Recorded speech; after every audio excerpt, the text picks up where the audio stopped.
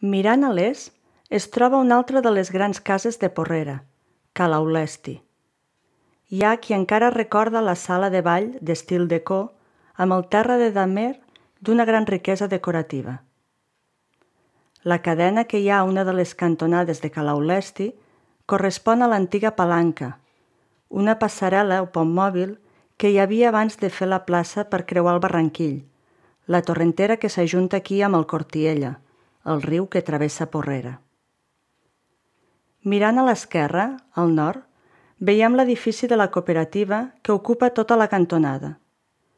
Antigament propietat d'una de les famílies més il·lustres de Porrera, és un dels edificis més grans de tota la vila.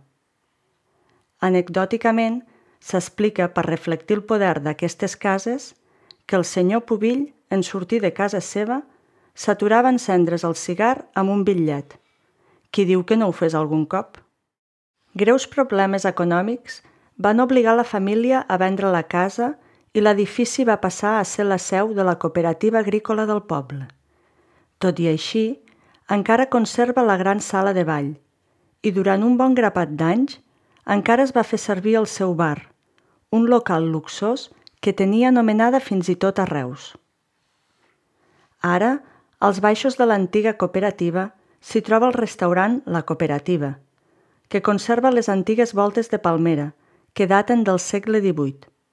Aquestes voltes clàssiques catalanes les podem admirar a totes les grans cases. Porrera és un poble petit i compacte, i els porrerencs hem posat nom a diferents zones, com la Barceloneta, els Olivers, l'Encastell, i és bonic que els seus veïns, abans de dir el nom del carrer, diguin, per exemple, que viuen als Olivers o a l'Encastell, com un signe d'identitat. Aquí comença el que anomenem la Barceloneta. Qui sap el perquè d'aquest nom? Potser perquè dorm a la platja del Cortiella.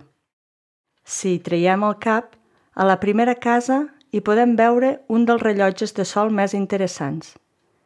I si seguíssiu riu amunt, a mig camí de la Garranxa, podríeu veure el Mas d'en Pubill, que també pertanyia a la família ja esmentada.